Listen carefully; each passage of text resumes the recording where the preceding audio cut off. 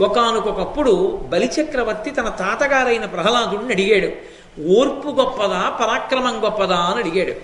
ఊరే, ఎంతో పరాక్రమం ఉండి కూడా అర్ధరహితంగా ఓర్పు పట్టడం మంచిది కాదు. ఎంతో పరాక్రమం ఉంది కదా అని ఓర్పు విడిచిపెట్టి యుద్ధానికి వెళ్ళడము మంచిది కాదు.